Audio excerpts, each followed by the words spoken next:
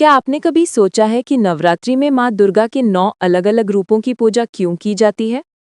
क्यों हर दिन का अपना एक महत्व है और हर देवी का एक अनोखा संदेश? नवरात्रि यानी नौराते, शक्ति की साधना और भक्ति का उत्सव। इन 9 दिनों में माँ दुर्गा के 9 स्वरूपों की पूजा की जाती है।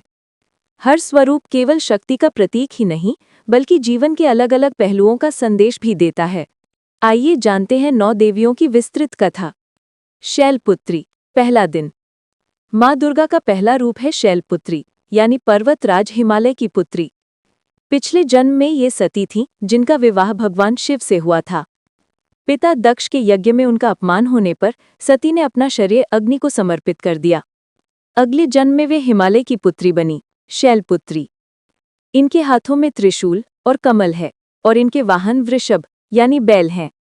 ये रूप हमें सिखाते हैं साहस और आत्मसम्मान की रक्षा सबसे पहले। ब्रह्मचारिणी, दूसरा दिन। दूसरे दिन पूजी जाती है माँ ब्रह्मचारिणी। ये तप और साधना की देवी हैं। इन्होंने कठोर तप कर भगवान शिव को पति रूप में प्राप्त किया।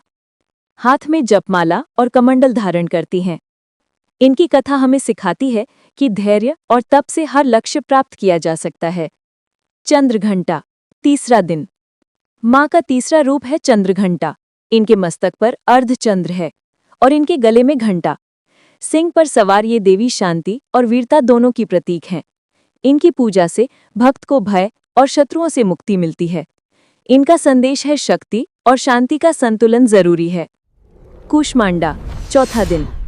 माँ का चौथा रूप है कूष्मांडा।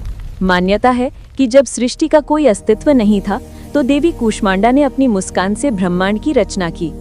इन्हें अष्टभुजा भी कहा जाता है। इनकी पूजा से स्वास्थ्य, संपन्नता और दीर्घायु का आशीर्वाद मिलता है। इनका संदेश है मुस्कान और सकारात्मक ऊर्जा से सृष्टि भी बदल सकती है। स्कंद माता, पांचवा दिन। पांचवें दिन पूजी जाती है स्कंद माता। ये भगवान कार्तिकेय की माता है, जिन्हें स्कंद भी कहा जाता है। कमल पर विराजमान 4 भुजाओं वाली ये देवी गोद में कार्तिकेय को धारण करती हैं। इनकी पूजा से भक्त को संतान सुख और पारिवारिक सुख की प्राप्ति होती है। इनका संदेश है मातृत्व ही सबसे बड़ी शक्ति है। कात्यायनी, छठा दिन। माँ का छठा रूप है कात्यायनी। ऋषि कात्यायन ने घोर तपस्या की थी और देवी ने उनकी पुत्री रूप में जन्म लिया। यही देवी महिषासुर मर्दिनी बनी और असुरों का संहार किया। सिंह पर सवार और 4 भुजाओं वाली ये देवी साहस की प्रतीक हैं।